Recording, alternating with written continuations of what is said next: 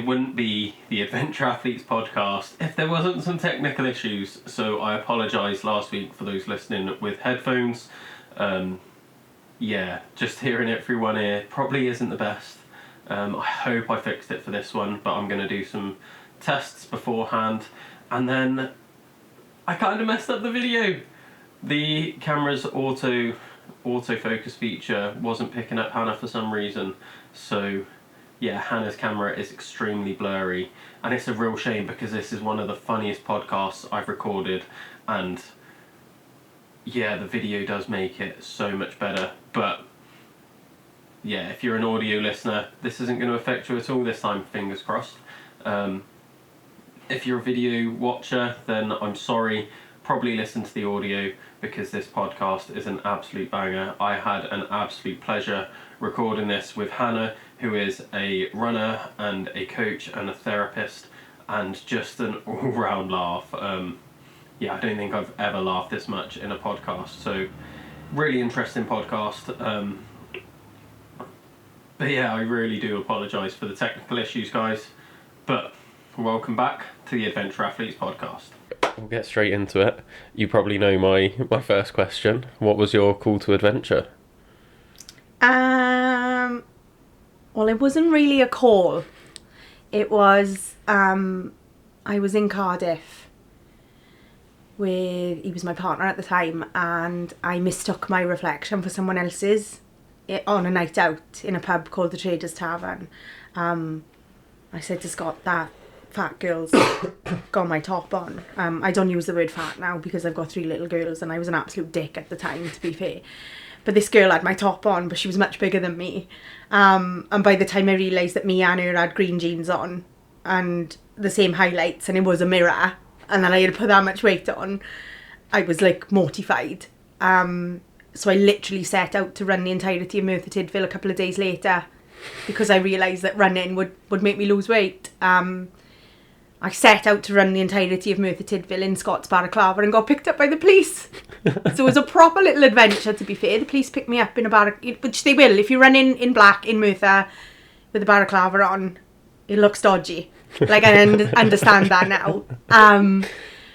But I was so embarrassed about my weight. I didn't do PE as a kid. Like, my mother always said that my PE teacher should have been invited to our wedding because the correspondence was strong. Like, she had a proper relationship with my PE teacher because I had so many excuses. I just hated it. But it wasn't sport or PE I hated. I had no confidence. You know, I was told I was creative. I was told I wasn't sporty. So that was, you know, I worked that out quite quickly when I was running in Merthyr Tydfil in the balaclava. Getting arrested. Yeah, that is quite... And that was like literally the next day? It was a couple of days later. I was really hungover. I had to drink a bottle of wine on the train on the way home. And I was crying. Because I was mortified. Like, I'm really lucky, and I know how lucky I am to be a woman or a female or a girl that is not bothered about her weight. I never have been bothered about my weight, ever. But that day, I looked wrong, to me. You know, to anyone else, I probably looked like a normal girl, but I looked like I'd put on so much. I looked unhappy. I think if you unpick it now, I looked unhappy. I was drinking a lot. Yeah. But it was like, I need to lose weight. And it's probably the first time. And I must have been about 25. So I was really lucky to be unscathed by that type of, you know, mindset until then. So yeah. And then, like, why running? Why not just like, I'm going to sign up to the gym like most people would do? So I'm going to sign up to the gym, maybe start going on a treadmill. You're like, no, I'm going to run across Merthyr. I'm going to run the entirety of Merthyr, not across it, all of it. I was going to run. So I think I'd put a few things together. Looking back, I'd put a few things together. Like, I'd seen a girl I went to school with who used to share the bench with me at PE, who wouldn't do PE. And she had run Cardiff half. And I remember thinking, oh my goodness, I bet that felt amazing. I used to see people go into the pub after running, and I thought, right, if I can still fit in my drinking with this is fantastic. And I had visions of running up Pond Stick and then going to the Red Cow for like copious amounts of cider. So it just seemed like it would fit. I didn't have the confidence to go to the gym. I still probably haven't got the confidence to go to the gym because I haven't got a clue what I'm doing. I'm the most clumsy person in the world. I reckon I'm dyspraxic because I love a label now. I'm dyspraxic to add to the list. I'm really, like, I don't know whether you've seen my social media, I fall more than I run. So the gym would never be, I fell off a treadmill when I was a kid as well. So it wouldn't have been the gym. It was always going to be running. And it clicked. Took a while. And I still hate it some days, but it clicked, so. Can you remember the moment where it clicked and like how far into your journey was it? I always go back to this, the first time I ran 8 miles. I think firstly because my Instagram blew up because I hashtagged 8 miles and had loads of American rappers follow me, which was like a whole new demographic for me. But I ran 8 miles. Nobody had a gun to my head. I wasn't training for anything in particular. I just covered 8 miles and I remember thinking, that's amazing.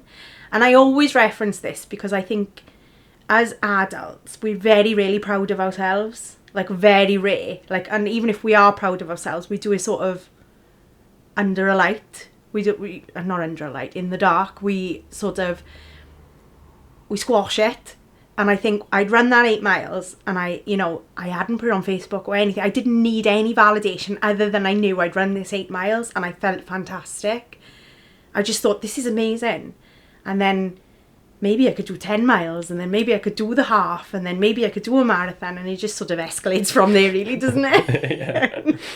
How long into your journey was that then, from going from getting arrested, running in a balaclava to running your first 8 miles? It was quite quickly. So I started running it was round about, I think, the spring of 2012. And then I did Cardiff Half that first year in October. So it would have been, a couple of months, really. Yeah. Yeah. That's quite an amazing turnaround there. Yeah. I think this is the ADHD, though, because of my labels. Like, I'm either all in or nothing. Yeah. And it was like, there was no... And it's like, I always laugh at this. Like, I took up running... I was like, oh, this is great. I took it up for weight loss. It became much more. And then it had to be my job. And then I had to write a book on it. And then, like everything in my life now revolves around running. I wish it would revolve around something like Dubai. I wish I could be in Dubai now having this conversation. But yeah, I'm all or nothing. So it was always going to be that kind of journey. It's like when I stop running, that's the end then for a couple of months. That's it. I'm on the sofa and I do not move. I mean, you've stuck with it this far. Yeah, I have to now. I keep saying, like, running for me is like a handrail. Like, it's always there. I don't always need it. Sometimes I want it. Sometimes I need it. So yes, that's the way I look at it now. That's a really good way of looking at it, to be fair. Yeah. Like, I'm at the stage now where I'm like, I'm a runner, like everything's running, but I do this with everything. It's why I do so much, as you've probably noticed. I'm like, yeah, I'll be a rock climbing instructor. Yeah. And I do that. I do it for about a year, get like above average, and then I get bored, and then I'm like, I'm going to run now. Yeah. And that I'm deep in the ultra running phase. And I know probably this time next year I'll be like, no, I'm bored of that now. I'll do something else. Yeah. If you go to Dubai, if Dubai becomes your thing, will you let me know so I can come? Yeah, we'll do a second podcast in Dubai if I ever get there. Perfect. Yeah, we'll manifest it. There we go. So if you see this in Dubai, let me know, like, any opportunities out there. I don't even know why I said Dubai. I don't think Dubai would be top of the list, No, it's definitely not for me. No, because apparently it's like £12 for a can of Coke. I'm not into that. Like, but tax-free, so yeah, there is that. Warm. I think it's the sun. I think I would like, the sun's been out the last couple of days and it just makes a really big difference, doesn't it? Everybody's happy, the washing's out.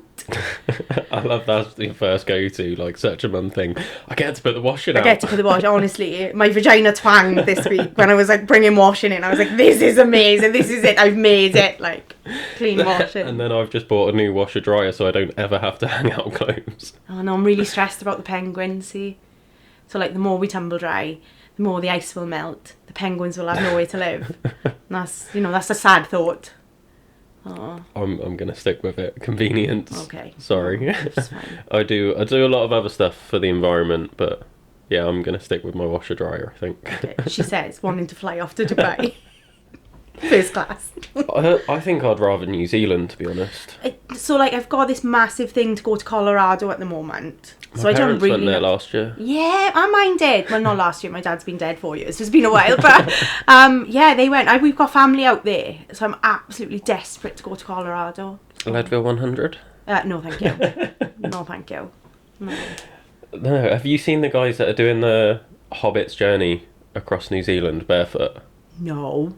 Yeah, so I think they're pretty close to the end now, but it's like two guys doing it, like a mate dressed as Frodo, and he's got his mate dressed up as Sam.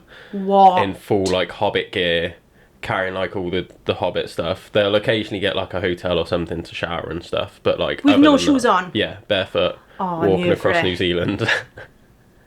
I thought that'd be right up your street. I thought you'd have seen That that is right already. up my street. Why haven't I seen that? I don't know. I'll send it to you on Instagram, Yeah. because it's class. I loved it. And now my ADHD head just went, maybe we could all walk barefoot across Wales. Like, let's do it. Could do the dragon's back barefoot. No, let's take our time and have roast potatoes on the way. Let's not put our pressure on ourselves, but just enjoy it. We've got very different approaches to I just said this to you before we started. Like, people have very different approaches to running than I do, and I think that's why I enjoy it more. There's no pressure on me at all. Can tomorrow? No, I'm just out for the day. Yeah. I'll literally be like a tourist. Is this your first ultra? No. I didn't think so, but for some reason, like, I think so. Like, I heard someone say that it was. I was like, really? Hannah hasn't done an ultra? No, I did Volcom last year. Okay. That was my first. Yeah, I've done. So this is your second? Yeah. See, I thought you'd done more in my head, but then at the same time, I thought you'd done none. So Yeah, no, I've probably signed up for loads. I do that a lot. I sign up for everything and then don't turn up.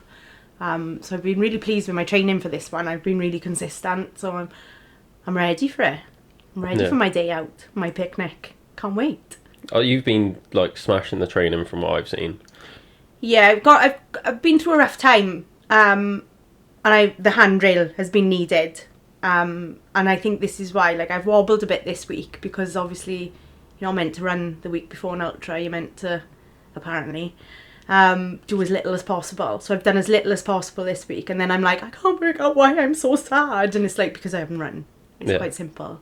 So no, that makes sense.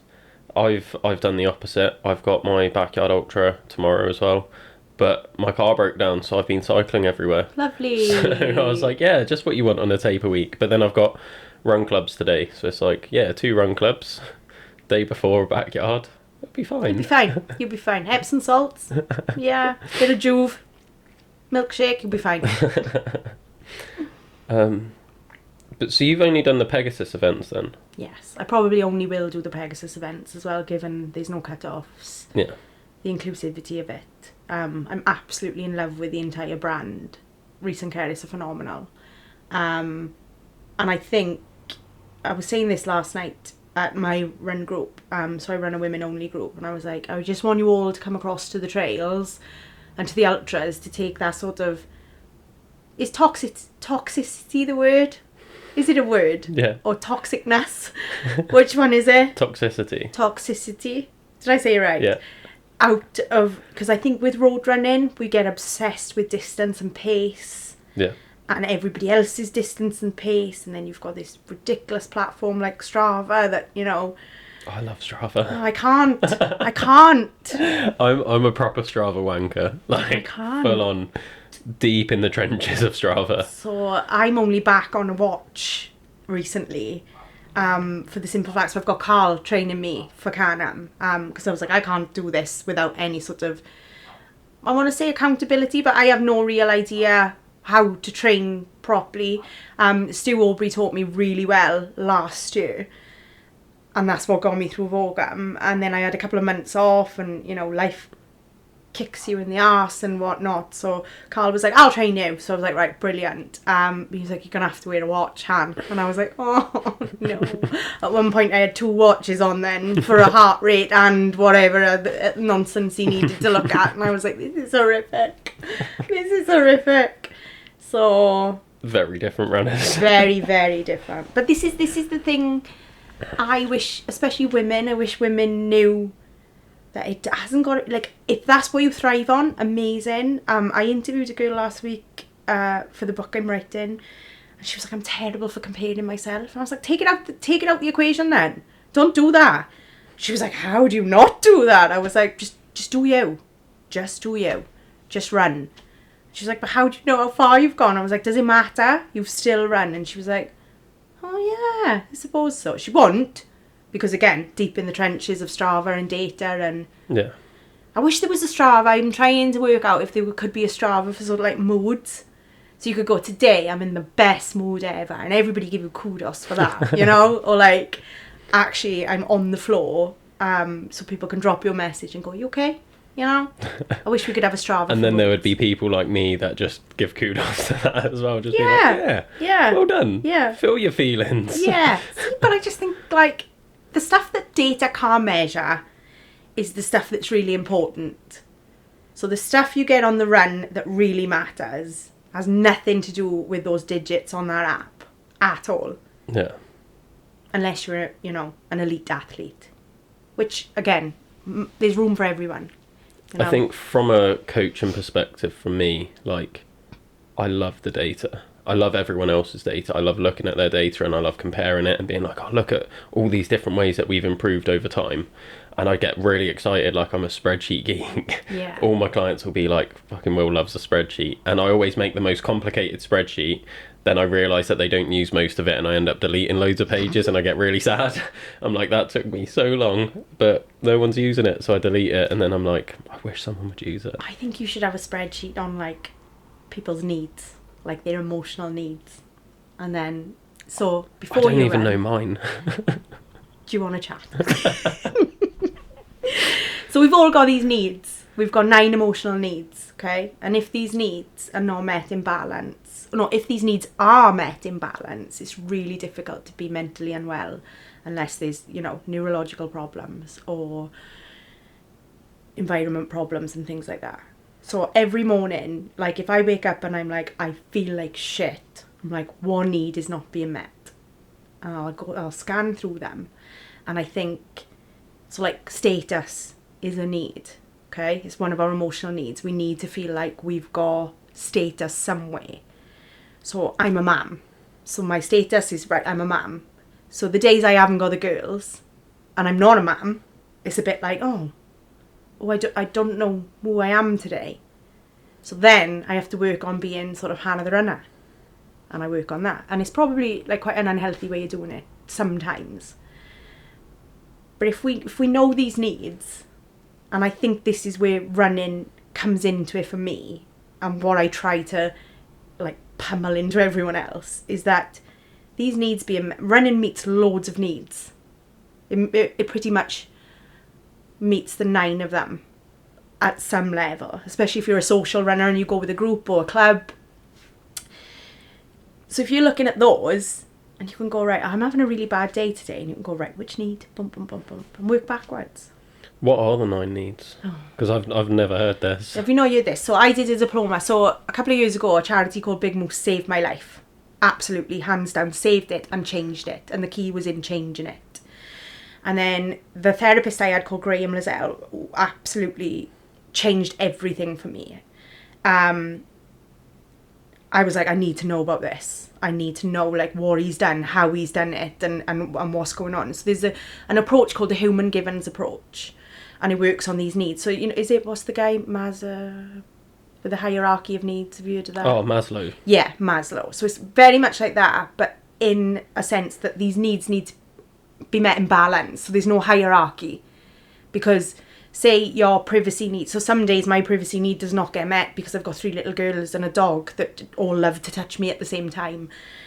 And then the days then that they're not there and nobody's touching me. So these balance is completely out of balance. Now you get that balance right and you're okay. So the 9 needs are attention. We all need attention. We need to give and receive attention. Community, status, emotional intimacy, which doesn't mean physical intimacy. It means that you've got that one person that you can tell anything to. You can just boosh. Privacy. Attention. Could I say community? Security? No. Security. I'll get them. I'll send them to you. But they're really important, and I live my life by this now. Yeah. And I know it's not as simple as that. It's not as simple as going, Hannah's woken up and she feels like her community need isn't being met, so she's off the running group. You know, I totally do not. I don't go, right, you need these needs met and you're going to be absolutely fine, because it doesn't work like that at all. But once you've got a basis for that, life becomes a lot easier. Yeah. Yeah, I've never heard that. I'm currently still going through therapy with Big Moose. Yeah. Yeah, we haven't spoken about any of that. No, well, they don't. Not that they shouldn't. Yeah. They're probably working on it with you. Yeah. Without. That's the psychoeducation I've just given you. Yeah. Like a really whistle-stop, badly articulated version. I'll send you the book. It's much easier to read. But yeah, it just makes so much sense. And I think sometimes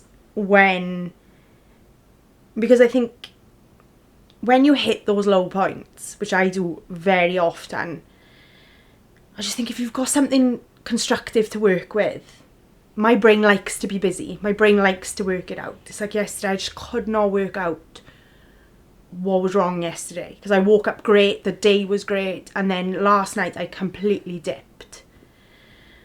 And I've thought about it today, and I was hungry and tired. And those two things knocked me completely for six last night. Because all my needs were being met. You know, I was fine, but I just could not work it out. And I hadn't eaten properly, and I was absolutely knackered. And it's like you've got these simple things that we overcomplicate as humans now. You know, like if you drink enough water, if you sleep well, if you eat well, and you move around quite a bit, you're going to be all right. Yeah. You're going to be okay. I'm not saying life isn't going to kick you in the arse as it does so. You know, there's grief, there's people, there's, you know, jobs, there's pressure constantly. But if you can get the foundations right, you've got half a chance. Yeah. And I think we're not taught these things. No, I think I definitely struggle with like most of those things. Yeah. But like everyone does, and like you're saying, like I say it to my clients, like get your steps in, make sure you're drinking water, make sure you're doing something active each day, like get outside. And it's so easy to just let them slip. Yeah. Because you're like, oh, I got work, I got kids, I got and all they this just, other stuff. like, I think, like I said, we overcomplicate things. Like, it is as easy as drinking 2 litres of water a day, doing your 10,000 steps, because that's a really good place to start. Sleeping well. Sleeping well is so important. So I didn't sleep as a kid at all. Like, I did not sleep. I was dragged back and forth clinics and things. No, like, health professionals, right, left and centre, nobody picked up on the fact that I had OCD. And I wouldn't let myself sleep because I had too much to do. Yeah. You know? But if I had slept, things would have been much different. And again, it's not as easy as going, right, make that kid sleep. But we don't unpick anything. And if we unpick things because we live in a society that thrives on a sort of self-care economy now. Or you have to buy this sleep mask, you have to buy this duvet. No, you don't. You're going to lie down and do some breathing, you know? Breathing exercises, sort yourself out. This is simple. We overcomplicate it, and we have to overcomplicate it because that's what the world has thrown at us. Yeah.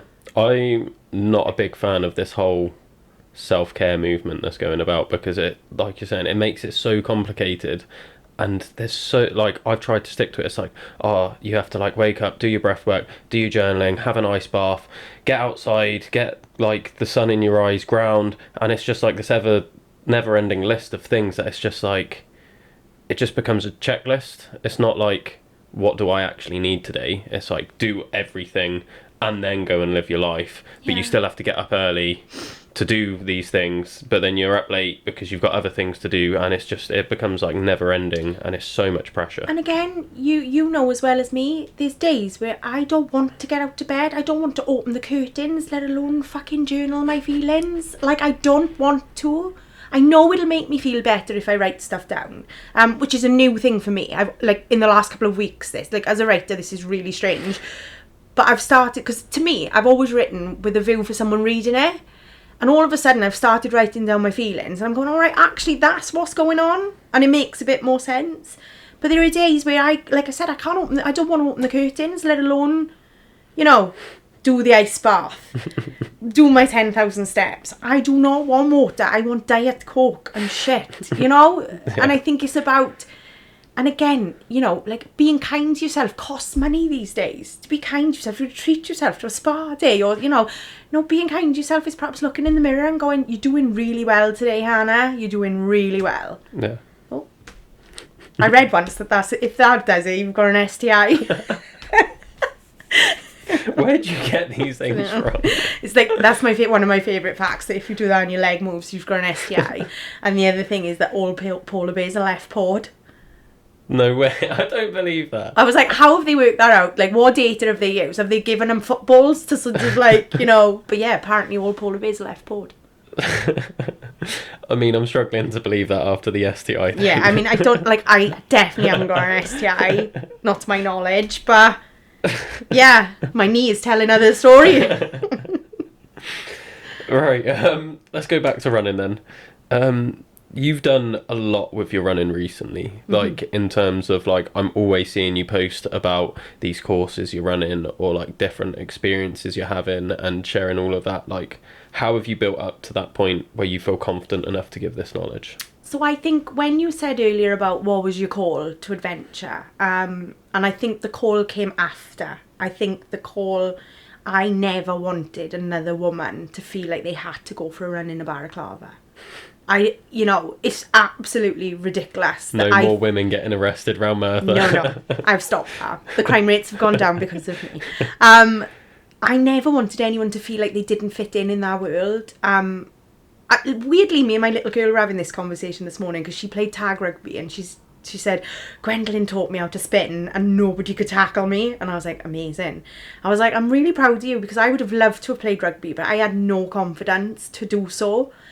And she was like, why? And I was like, I don't know now, because I was obviously a very different person back then. But it's the same as I went running in all black in a balaclava because I felt like I didn't fit in. I didn't want people to see me running. I was embarrassed. And then the more it clicked and the more I got out of running, I was like, I don't want anyone to feel like this, ever. And I think this is why I'm so vocal about the stuff I am vocal about, because, you know, like, I made a career out of shitting myself in Gavin Walker's car after a half marathon, you know, because people need to know that sometimes you will shit yourself, you know, sometimes you will fall over, sometimes your knickers will go up your foof, like, you will have a camel toe, like, these things will happen and it's fine. You were the only person that cares about that. Well, Gavin Walker cared that I shit in his car, but, you know, you were the only person that cares about what is actually going on in your little world. And I think that's another massive lesson that we need to sort of, it's not always about us. Not everything is about us. We take everything so personally. We think everybody is looking at our run. A girl last night said to me, I'm looking at everyone else and I must be flat-footed. I was like, stop looking at everyone else. I was like, look at this. What is this? Why am I doing this? It's chlamydia in there. I was like, stop looking at everyone else. Mind your business. Their running form has absolutely nothing to do with yours. But go and get your gate done in Soulmate, please. So, but it is. We have to compare because that's how we've evolved. If we didn't compare when we were back in our caves, back in the tribes, we would have been cast out and killed. Simple as. So it's an absolutely natural thing to compare. What we need to remind ourselves now is that if we get cast out from certain tribes, there are other tribes that will take us in. We're not going to get eaten by a saber-toothed tiger now. You know? Our brains haven't caught up with the world. Our fight or flight has not caught up. It's not evolved since we were, you know, running from saber-toothed tigers and stuff. So, stop. We're all right. You know? You're not going to die. You might die, but that's not on me. If anyone dies from Hannah's advice, it's not me. No liability. No. Don't blame Hannah or the podcast. No.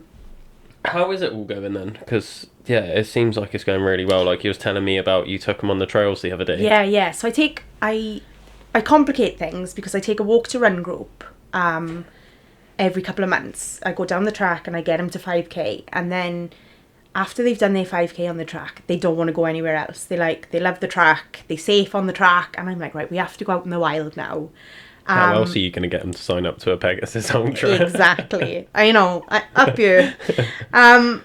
So I've been taking them, I've carried this group on, and we've been going from the college in Merthyr on a Wednesday night, just down the Taff Trail, sometimes and back up. It's really simple. Blossom, my 10-year-old, comes with us. We're super chilled, you know, there's no... And then Wednesday I was like, look, off the tarmac, do these amazing trail runs. So I rang John from off the tarmac and I was like, any chance you can do a bit of a little one? Because they've just graduated from 5k. I've managed to get them from the track. You know, we can't be doing Pen y Fan, we can't be doing 10 miles, but can you do a little taster for us? And John is, again, it's an amazing... Have you done any off the tarmac events? They're amazing. Yeah. Again, ridiculously inclusive and lovely. And John was like, yeah, no problem. So we took them up from Brecon. Don't ask me where we went. Like, I've been in Merthyr 16 years and I still have no idea where we went. But it was amazing. And they loved it. But again, I had loads of work to do then, because this one girl was like, well, we haven't run it all. I was like, you can't on the trails. Like, you've just seen the incline we've come up. Like, there is no way. But she was like, but my stats are out. And I was like, oh, here we go. You know? But they loved it. And that made me really happy. Yeah. So it's about, I think, provision is massive for me.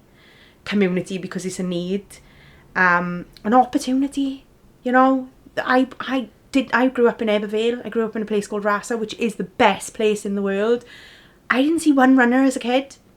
Nobody ran. Yeah. Nobody ran. You know? So my kids now know that people's mums run and it's the most natural thing in the world. Like, Blossom knows. Like, she comes with me now and she absolutely loves it. She said today about, like, she doesn't want to go on the road again now. She wants mountains. Because I tried to get her to join a club. She's like, I'm not running around a track. I'm like, that's completely fine.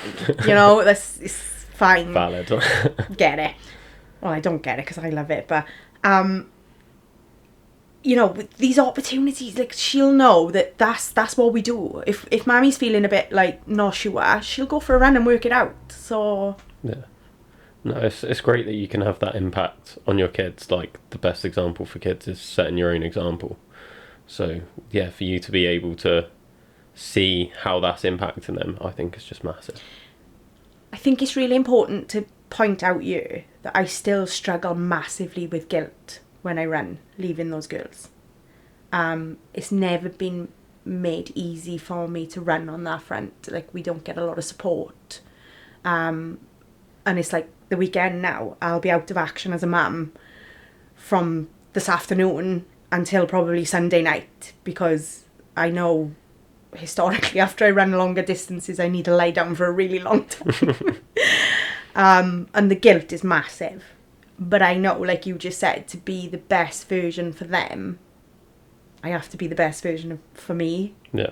But yeah, I still struggle with that, and I think that's the most natural thing. I don't know. Yeah, there was a study not too long ago that was saying about the effect that parents exercising has on their kids, and it's actually mums exercising that will be the biggest predictor of whether the kid will grow up to be healthy and fit or not. So yeah, like showing them that you're a runner and then taking them with you is like probably going to set them up massively for the rest of their lives. So you just got to remember that. I hope so. Like I remember when I first gave up drinking, because I'm a very good drinker, like really good, like the best. And I gave up, and I used to say it was for the girls. I used to say, oh, I'm not drinking because of the girls, and the girls deserve a better life. But it was never enough. It was never enough. And I say that not lightly, because they should be the reason for everything. But I would pick drink over those girls, 100%. What I had to do, the work I had to do around me being better to give them a better life was massive. And took a really long, I'll probably have to work on that for the rest of my life. That they're not enough sometimes. It has to come back. You have to own it. And it's awful. You know, it was like yesterday, I banged the dog's head yesterday and my elbow caught his skull, and I was looking to blame someone straight away. Like, I looked to blame the dog for being in the way, and I looked to blame the kids because they'd scared him, and he has PTSD, my dog does. So he likes to stay by me because they've put crayons up his bum and stuff like that. So he's a proper stress little thing. So I was like, oh, it's their fault that he's there. You know, like we blame. We have to take this ownership. And again, it's probably the hardest lesson in the world to learn. Yeah. That's what's led me to do my 12 labours. Have you heard about my 12 labours thing? No. So, like, 2020, worst year ever for me. Homeless, then broke my ankle, couldn't walk. Next 2 years, couldn't do any of the things I really enjoyed. So I got, like, really depressed. So, if you look at your needs, what needs had been taken away from you then? Most of them. Everything. Pretty much. Yeah. So I hit this, like, major low point in my life, and I was reading, like all the books on Stoicism and, like, Buddhism and stuff, and I came across the story of Hercules and his 12 labours, and I was like, oh, this resonates with me, but I didn't know why, and it stuck with me for ages, and I was like, I want to do something like that. And then when I looked into the philosophy of it, it's all about you have to work on yourself to benefit the world around you. And, like, all of his labours are him, like, just working through different things, like overcoming his ego, like doing stuff for, like, the environment and nature and, like, all these different things. And then the final one is, like, now you're in a better place to serve everything else around you. And then I was like, that's it. And, like, that's where I then started my journey of, like, oh, I'm gonna run 6 ultras in 6 days and flip a tractor tire for, like, trying to hit a marathon. And yeah, so, like, that just massively resonates with me of, like, you have to work on yourself first to even be any use to anyone else. And that's all it comes back to.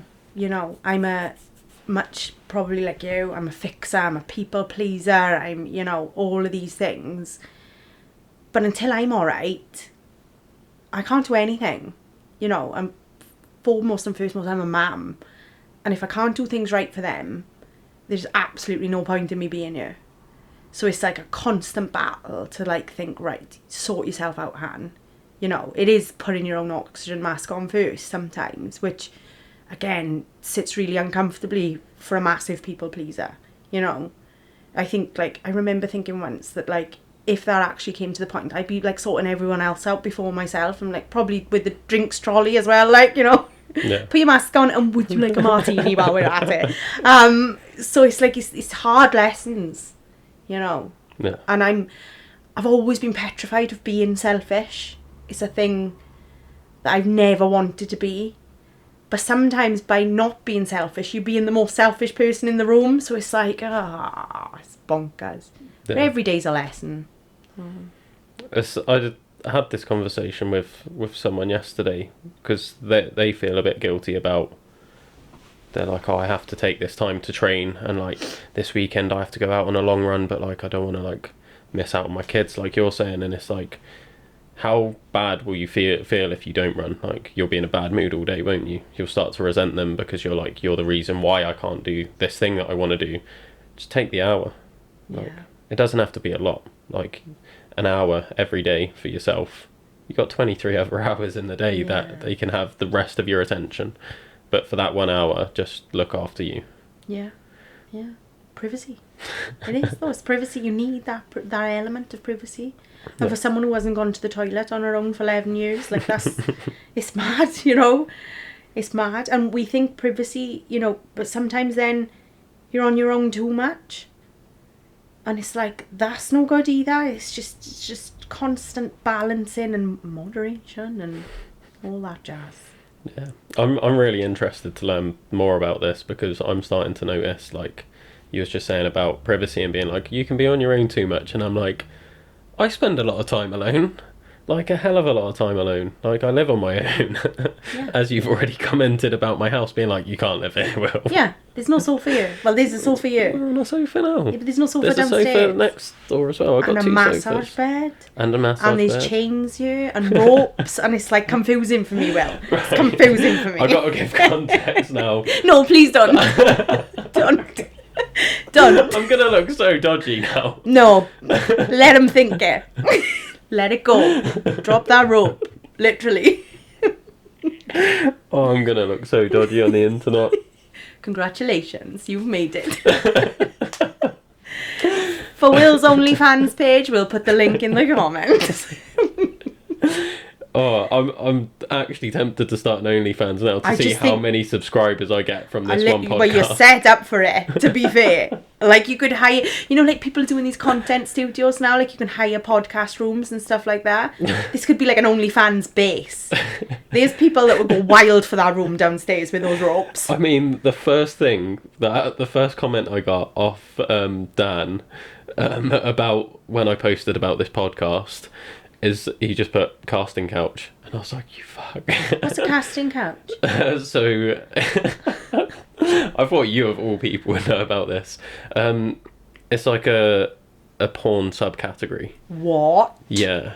So it's there's like a couch like this. Yeah. And there's cameras set up with the lights and everything, and then there's a person being like, oh, like, so you're casting for either this like movie or like a calendar or whatever, and like they just get him to like progressively do like more intimate things until they end up sleeping with them. What? So you could hire this out. Like, this is... I don't want to. I'll hire it out for you. I know loads of weird people. I bet you do. Yeah, I'm surprised you didn't know about that. No, but that was... I never go to subcategories. I do Wanking Wednesdays. I'm a really big masturbation fan because I think, again, it meets needs. And I'm all for, like, talking about why, especially women, need to please themselves and stuff like that. So I never go into the subcategories because I haven't got time. We're like, boom, boom, we schedule it in and we're done. That's hilarious. Oh, but yeah, like, I just posted, I was like, yeah, like, trying to get people excited for the podcast, came in, did a tour of it set up like this, and just Dan straight away went casting couch, and I was like, does that really have to be the first comment that I get? I'm going to have to go and check this out now. I'm really curious. Yeah, which is interesting. I really wasn't expecting the podcast. Yeah, I can ruin anything, honestly. I'm here for it, like, it's good. It's a new adventure. The new subcategory for adventure athletes. Adventure athletes does casting couch. Oh my god. It's because I find, like, the running world is, like, rife for it as well. So you'd get loads of people here. Fucking hell. It's the first time it's come up, honestly. First time porn's come up on the podcast. But it hasn't really. It's in people's heads as soon as they walk in here, I bet. The chain did it. The chain in the mirror. I was like, what am I doing here now? My friend lost her virginity like this. Really? Yeah, so she went to a pub and this bloke said to her, do you want to come and see my puppy dogs? And obviously she was like, yeah. And next thing you know, she's not a virgin. It was consensual and stuff. It wasn't like... But yeah. This is set up for it, like. Right, let's move on. Christ. I don't even know how to move on from this now. Let's get into your book, because I'm excited about your book. Yes. It's called Casting Couch. No, it's a really, really exciting project. I'm really, like, it's getting me up in the mornings, excited. I'm obsessed with the trauma that ultra runners have. There's a definite pattern for people wanting to push themselves these extra miles and what trauma's gone on. And I, like, when I think about myself, when I think, like, my training, you can track my mental health by the events and the training I've done. If I had Strava, it would be a really fascinating... I have got Strava, I just don't use it. I don't even look on it. I think I've got quite a few followers as well, which makes me sad because I'm like a social media whore. But you can track my trauma by my running. So you can go, 2018 was a really bad year for her. Either because I haven't run at all or I've run loads. There's no happy medium with a lot of it. So you'll always know. And I'm obsessed with the idea of what people are running from. Like, what are you running from? And that's the title of the book. So I'm going to interview... You were going to come... I'm going to interview you. Yeah. I've got about 50... That's going to be an interesting one, I think. I can't wait. I can't wait. Just judging by, like, some of the things you've brought up already, and I'm just like... I don't know how this interview's going next week. Yeah. It's okay, because I'm qualified, so I can look after you after it. Like, therapy-wise. Not in your weird room, like... Really bad phrasing there. But yeah, I'm, so I did the therapy diploma after, like, being obsessed with how they how they change things for me. And I'm looking at these people, so I've started interviewing these people, and I just think these words, other people's words, not necessarily mine, are going to help so many people, because it's tough out there at the moment. I said this on my social media this week, sorry. It's tough out there. I don't know anyone who's level at the moment. I don't. There's something with every single person. Do you think that's just because, like, you're my saying, circle? Like, yeah, you're surrounding yourself with runners, and like you're saying, like, there's quite a strong correlation between like mental health issues and runners. Yeah. Like, you got to be slightly mentally unwell to enjoy running. I think the ultra distances, I think there's past trauma there for absolutely, and Pegasus is doing a lot of work around this year, which I'm really excited about. They're piloting it tomorrow, actually. Really? About, just the trauma that, what makes people want to run these distances. Like, if you unpick it and unpick it and unpick it, like, why?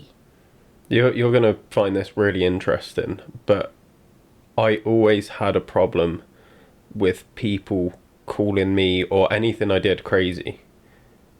And that was like massively triggering for me. And I've been doing a lot of work around not getting triggered by that word. Yeah. And it's like, they never meant it like intentionally to like call me out or anything. But it's just like different for them. Like, I never felt part of a group.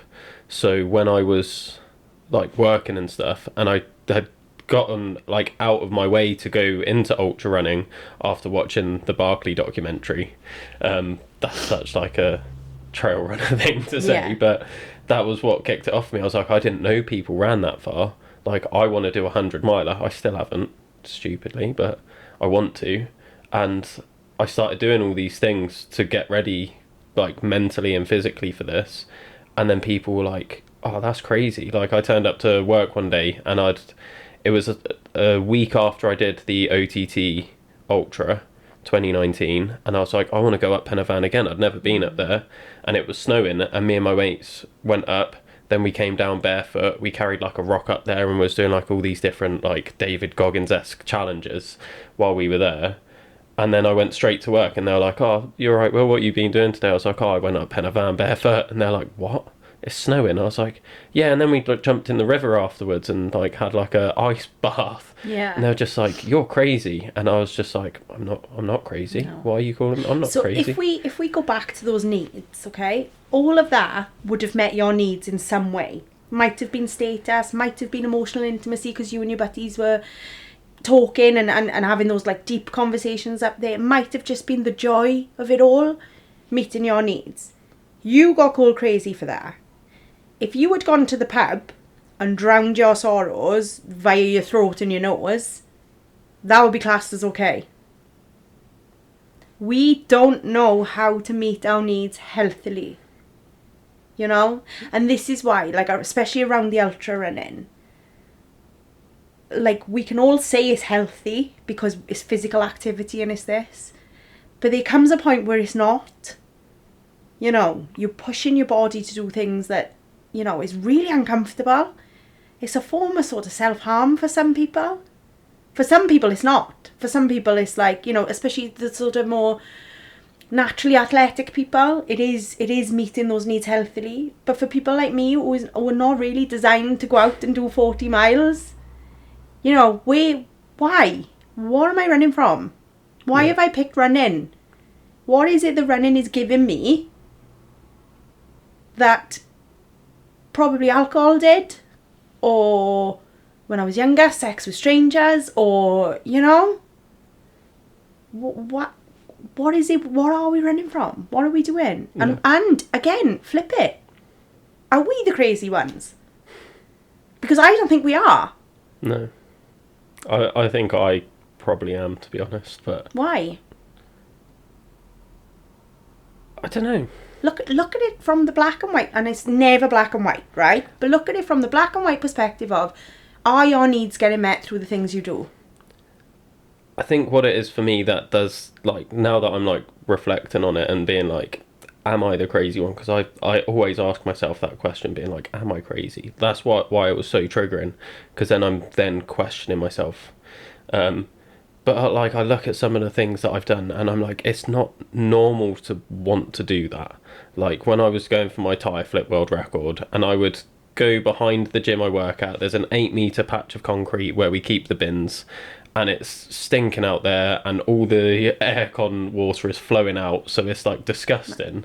And I'm there for 6 hours flipping a tire back and forth.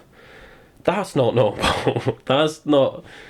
And I see, and I'm like, I can see why people think I am crazy, because who would do that? In whose perception is it not normal, though? Everyone's, I feel like. I don't think it's normal. Why, If though? anyone like came up to me and was like, I want to do this, I would be like, are you okay? Do you need therapy? But for me, I'm like, I have to do it. Why? Honestly, I've been asking myself this for years. Unpick. What needs is it meeting? I don't know. I'd like the physical challenge. There's just So it's the challenge. So it's achievement is a need, okay? Achievement is a need, and when you think of it, achievement will feed into status, which will feed into community, which will feed into emotional intimacy in the end. You know? Yeah. It meets needs. It might not be a conventional way of meeting needs, but it meets the needs. And again, more healthy than ramming coke up your nose or, inhaling Strongbow. Yeah. Who's to say it's not normal? I think the question you probably need to be asking yourself is, am I enjoying it, or am I torturing myself? And I think if you're torturing yourself to meet those needs, that's the work. Yeah. That's the work. Which is interesting. How do you differentiate the two? I don't know. I think when I gave up drink, I couldn't find joy in anything. Nothing at all. I've had to do loads of work of perhaps like regressing into childhood, and sometimes taking my shoes off and running around the grass, blowing the kids' bubbles, drawing, sticking stuff. You have to do stuff for no other reason than it gives you joy. Now, for people like me and you who've been in fight or flight for a really long time, we don't know how to do that. Like I said to you earlier, like I've always written with a view for someone reading it. Why? I love writing. Just write the shit. Write the shit for no one to see. That's art, That's joyful. Go for a run without your watch on, if that's what you want. It might not be. Sometimes it literally is as simple as taking your shoes off and walking in the grass for a minute, having the sun on your face. Yeah. We forget, because we've been in fight or flight for so long, we forget these little moments, these little pockets of joy are actually amazing. A nice cup of tea sometimes. We're so quick to go, oh, actually, I could make a coffee brand. I could sell coffee cups. No, take the moment, because it starts to make you a person again. And I think that fight or flight, because we've been in it for so long, and I don't just speak for me and you, I think so many people since childhood have been in fight or flight. We've got no idea what joy is. Yeah. And I was like, why? I don't understand why people would go to the beach if they can't have a glass of wine. Like, there was loads of work around just putting your toes in the sand, feeling the sea on your feet. I have to walk in the sea sideways, so I've got a thing with my shins. It's really amusing. Like, if you ever see me at the sea, I have to walk in sideways until the sea's over my knees, because I don't like the feel of it on my shins. Fair enough. It's very complicated. But yeah, find joy. So where's the line between torture and joy? Are you enjoying flipping this tyre because you're going to feel physically strong after? And if it's that dopamine kick you need, amazing. If you're flipping that tyre because you want people to think, oh my goodness, he's flipped that tyre, amazing. That's a status thing. Work on your status thing, because we've all got a lot more to give than we think we have as well. Yeah. None of us see our importance, and that's sad. That's so sad, because we're lost. Yeah. How can we take more moments? like you were saying, like, enjoy those moments. Like, what advice would you give someone? Because, like, I notice it in my life. I'm very aware of, like, sometimes I do just need to sit and enjoy. Like, with my therapist, one thing that I did was, he was like, every time you're on a run, like, you see a bench, just sit on the bench. Why is it here? What's the view like? And I've come across some cracking benches like that, and it's like completely changed my perspective of the run. Other times, it's a really shit bench, and I'm like, why did someone put it here? Like, this is fucking awful place for a bench. I would put it somewhere else. Yeah. So but it's like, taking you out of that. You know, you're looking at the wider picture. Like, Yeah. why has someone put a bench here? What a stupid place to put a bench, you know? So, like, how can people implement that more in their day? I think, without sounding really wanky, gratitude is massive. So me and the kids do gratitude every morning in the car. And I never teach things or talk about things that I don't know work completely for us. Okay, like, it might not work for Joe Blogs, but it works for us. So I wouldn't be like, do gratitude if I didn't do gratitude. I have seen my children change during this exercise. And my youngest is 3, and it happened this morning. So we do 3 things that we're all grateful for, and we start in no particular order. And like, my little girl, the youngest, for weeks and weeks would go, I'm grateful to go to school, I'm grateful to go to school, I'm grateful to go to school. And then a couple of days ago, she was like, I'm grateful to go to school, I'm grateful to go to school, and I'm grateful Blossom loves me, which is her oldest sister. And she's getting it, you know? And some days we've been in the car and we've had horrific morning because, like, I'm screaming at them to get ready, the time is ticking, and we've had this horrific morning where everybody's upset because mornings are stressful sometimes. And we get in the car and we do that gratitude and everything changes. And it is bonkers. And like I said, like, I've never been into sort of, like, you know, like, I can't meditate. I really wish I could. I can't. And I see these Zen people who are like, you need to meditate. And I'm like, you sound like a prick. Because I don't get it. And I can't get it. Maybe one day I will. And I'll be really grateful if I could, because I think it would massively benefit my brain. But the gratitude, like, we do it. And if you'd said to me, like, 5 years ago, every morning you were going to say 3 things you're grateful for, I would have gone, no way. We must be, like, absolute dickheads at this point. You know? But it works. And I think it's easy to go, right, I'm grateful the sun's out. Oh, but I didn't manage to put that washing out this morning. Take that away. Take that negative away straight away. I'm grateful the sun's out. Full stop. No buts, no maybes, no... You know, what did we do the other day? I said something like, I'm grateful I've got this piece of work on. But, and I had to stop myself because I was like, no, there is no buts. I'm grateful that I got this piece of work on. I'm grateful for that cup of tea, you know? And it's not a case of going, there's people in the world that can't have a cup of tea.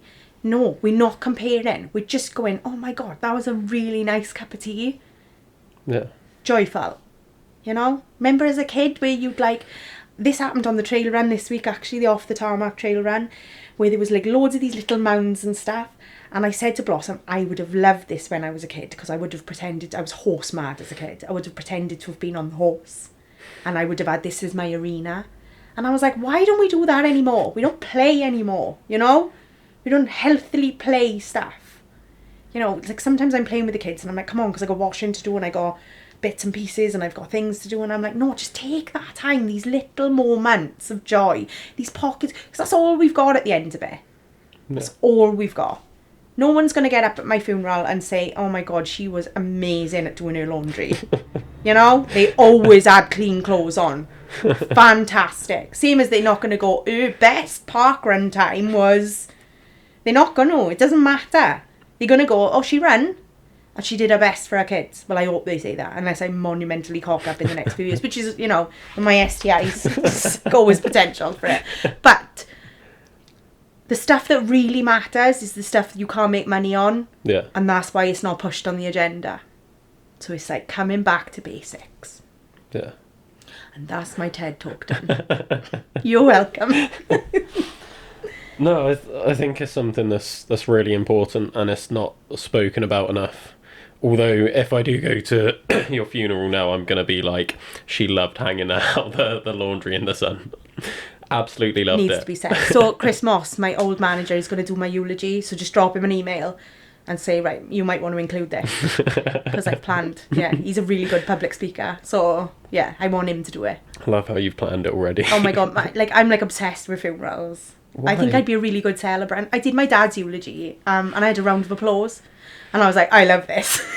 Like, this beats stand-up comedy any day because everyone's emotional and it's like genuine. Yeah. Like when I do stand-up, everyone's like drunk. Like I could have been a panda in a dress and they would have laughed. But a funeral, like people mean business. So like I want my funeral like.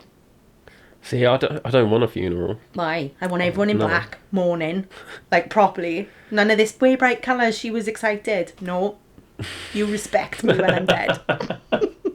No, I think I've got this attitude from my dad because my dad's always said like, when I die, just take me in the back of the van and then just chuck me out on the motorway somewhere. Like, that'll do. Yeah, it's illegal though. Yeah. Because my dad was the same. We had a really nice day for him in the end. But yeah, it's really illegal. Like, it's mad. For rightly so, you know. Imagine people actually throwing bodies on the motorway. Yeah. Then we'd be talking about different kinds of trauma. Yeah. I always said, like, if I do ever have a funeral, I want to be cremated, but I want my suit to be made out of fireworks. So it's like just big explosion. Like, it's just exciting. And it's Yeah. like, yeah, look at this. Yeah. One big final send-off. Yeah. Oh my god. And maybe I'd like people to have sparklers at mine in the, black clothes. And then we could have a nice Instagram photo. Just thinking of a bunch of people in black clothes, like, crying, holding a sparkler, like... Yeah. I want them crying. Yeah, definitely. People upset. Like, yeah, she's gone. But hopefully it's a way off. You know? Fingers crossed. My partner in Touch wood. time would have come right down by then. She came Yeah. first in her age category. It's the only one running. Yeah. Oh, right. What's next for you then? We've said about your book. The book. What else is Canham coming? tomorrow, obviously, and then I'm running 40 miles around the track for my 40th birthday to raise money for the book. We're going to crowdfund the book because I've got this vision of it being like quite a coffee table book. I want people to be able to pick up and read these chapters. So, like, whereas you would read a running book and you would read it, I want this one to go, right, oh, actually, that story looks like it might resonate with me. I'm going to read Will's story today, you know? Yeah. And it's the type of book I want people to buy other people. Like, read this, you know? Yeah. People who don't run, like, read this. These are everyday, amazing people achieving huge things, you know? I haven't got any sort of, like I'm interviewing, like, really strong athletes, but perhaps they haven't got these massive CVs or these sponsorships or anything like that. So it's exciting because they are everyday people. Yeah. And I think that's what we need to see as well. I think that's probably what I've learned most from doing this podcast is I started it because I was doing these crazy things and I didn't feel like I fitted in anywhere. Like you're saying, like community being the need. And I was like, I don't have that. Like no one understands what I'm doing and why. And then I was like, how do I meet people that are doing these things? And I was like, I want to just like talk to them. That's it. Like I want to just meet these people. And I started meeting them messaging them randomly, and people are quite hesitant, it turns out, on Instagram, where you just message them being like, do you want to meet up for a chat? Like I want to learn more about you. They're like, Yeah. fuck are you on about? Soon as you say podcast, Yeah. which is the same thing, it's like, yeah, I'm up for a podcast. I can Yeah. promote myself now. Yeah. And then it just started like that, and I was like, I know all these, like I was saying to you, I've gone into all these different sports. So I was training with Commonwealth Olympic lifters. I've trained with like GB rock climbers that have been to the Olympics, and I've trained with Gav Bilton, who was Britain's strongest man. He's been to World's Strongest Man, and I was like, I know all these amazing people. I'll get them on the podcast. Haven't had any of them on the podcast. Yeah. But then I was like, it took like 6 months for me to realise this, where I was like trying to find these special people. Then I had Reese on, and like that sort of changed the podcast for me. And I was like, oh, like this is the first person I've had on that I've never actually met before in my life. and I don't know like anyone that personally knew Reese at the time. Obviously, everyone I fucking know now knows Reese, but I wasn't into ultras really. Like I'd done a couple, but I wasn't part of the community. And then I had Reese on, and then I started getting messages off people, like Nathan messaged being like, oh, like, I know Reese, I want to come on. And he introduced me to like Bob Thomas and Terry Rosamond, and I'm like, oh, I know all these people now. And that built that community for me. And then I'm just like, they're just normal people. Yeah. Like, they're not special, they're not like this completely different person. Like, they are just a person. Or work hard at what they do because it meets their needs. No. Otherwise, why would they do it? Like, if you look at the podcast meets your needs. Doing a podcast, as in hosting and creating, meets needs. Coming on a podcast meets my needs. Yeah. You know? These little things all add up and we'll all be mentally well. So simple. Yeah. We'll put a framework together and just save the world. It's doable. It's totally doable. Yeah.